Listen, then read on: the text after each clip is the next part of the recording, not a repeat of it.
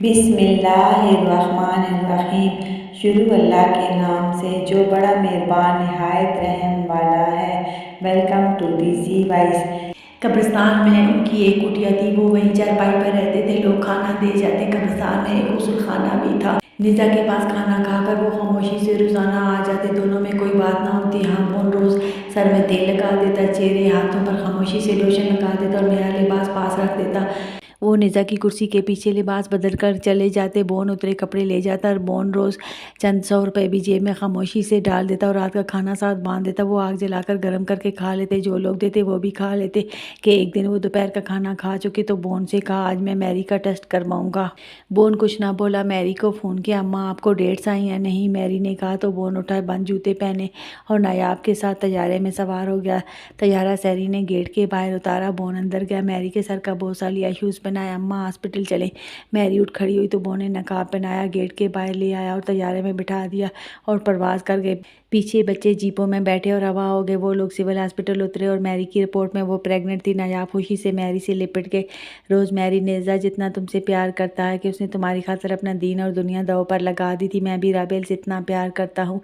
सिराज मेरे कलेजे का टुकड़ा है और मुझे बड़ा प्यार आया, पर मेरी नज़र में इसका खूबसूरत जिस्म तब मोल पाएगा जब ये राबेल के सुख का बायस बनेगा।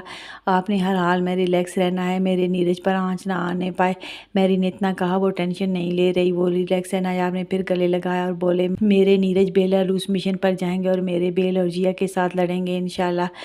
बोन मैरी को ले आया और बहुत तसल्ली रखने का कहकर रुखसत हुआ कि कुछ देर में अम्मी को छोड़ जाएंगे आपके पास। नायाब घर आ गए। असर हो रही थी। नायाब ने वही नमाज पढ़ ली। बच्चे छुप गए थे। राधे श्याम घबराए वतन नारायण को फ़ोन करते हैं कि आप आए। वो समझा कर बोले, बाप क्या कूक ज़बत मत करो राधे श्याम ने जलियान को फ़ोन किया। बोन मुझे बता चुका है कि मैं नहीं आ रहा। सिराज को नायाब के साथ जाने दो। नायाब अंदर गया और सिराज को बेड के नीचे से निकालिए। चलो चलो सिराज, मगर राधे श्याम ने आकर फ़ौरन छुड़ा लिया। आपको किसने घर आने को कहा? Get out. ये हमने बहू को मेयर में लिख कर दिया था। राधे श्याम बरस पड़े। गेट खुला था, झुग्गियों वाले आ गए, घरों से लोग आ गए।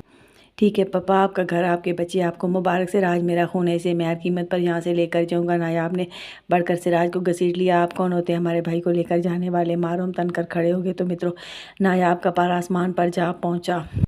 मारों को बालों से पकड़ लिया और मुंह पर चांटे मारे। जी करता है हम पहले आपको राबेल के आगे फेंकें कि वो आपको बरत बरत के छोड़े। सिराज भाई की तरफ भागा तो नायाब ने पसलियों में लात मारी। वो मारोम समेत गिरा तो इनाल कुनाल देर तक सुखिया कर ऊपर लेट गए। नायाब ने बेल्ट खोली और बच्चों को मार मार कर कुचल डाला।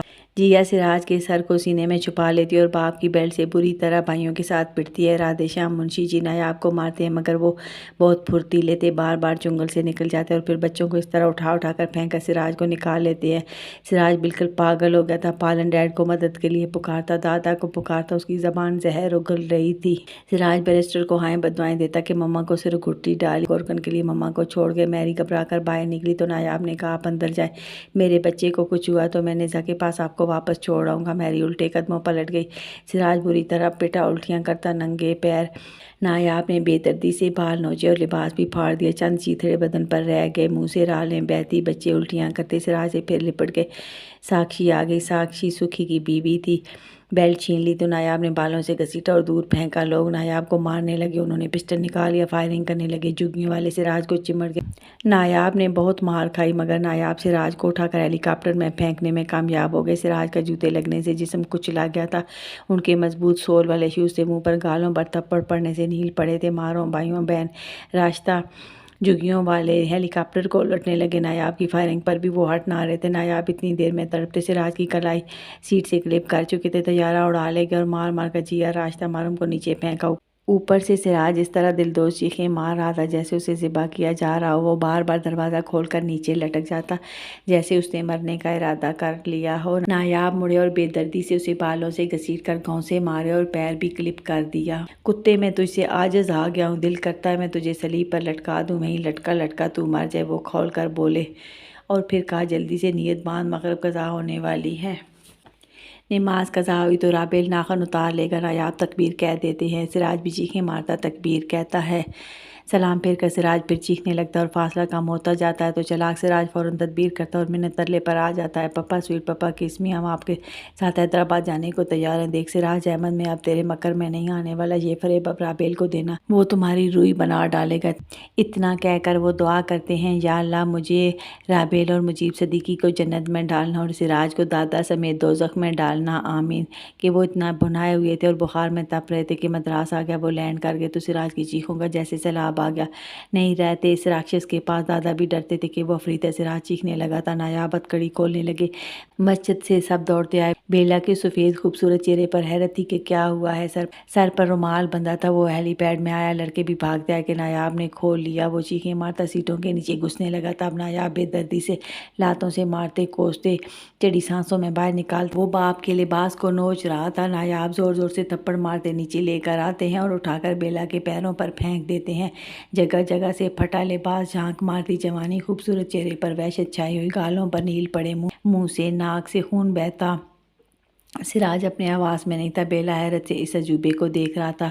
वो इसे देखकर मबहूत रह गया था कि उसका तिलिस्म होशरुबा रूप और यहाँ बदन बैठे गले की चीखों पुकार लड़के बुत बने देख रहे थे उसे कि ये क्या चीज़ है। नायाब ने तवील सांस लेकर ख़ुद को नॉर्मल किया।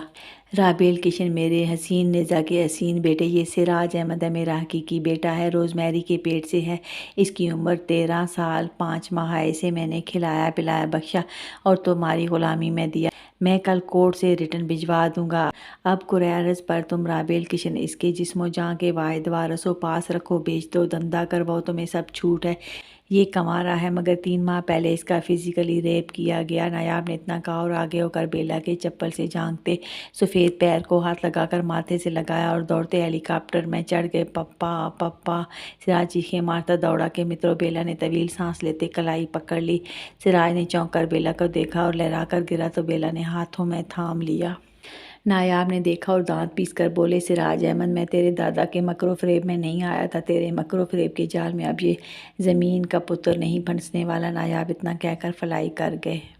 मित्रों, बाबल आखिरी पड़ाव था। सरद जोत अपने पड़ाव से कितना भागा, तकदीर उसे घेर घार के अपने आखिरी पड़ाव पर ले ही आई। इसी तरह सिराज अहमद भी अपने पड़ाव से कितना भागा था। वो बाबल से कितना डरता था, लेकिन तकदीर उसे भी घेर घार के आखिर बेला के पड़ाव पर ले ही आई।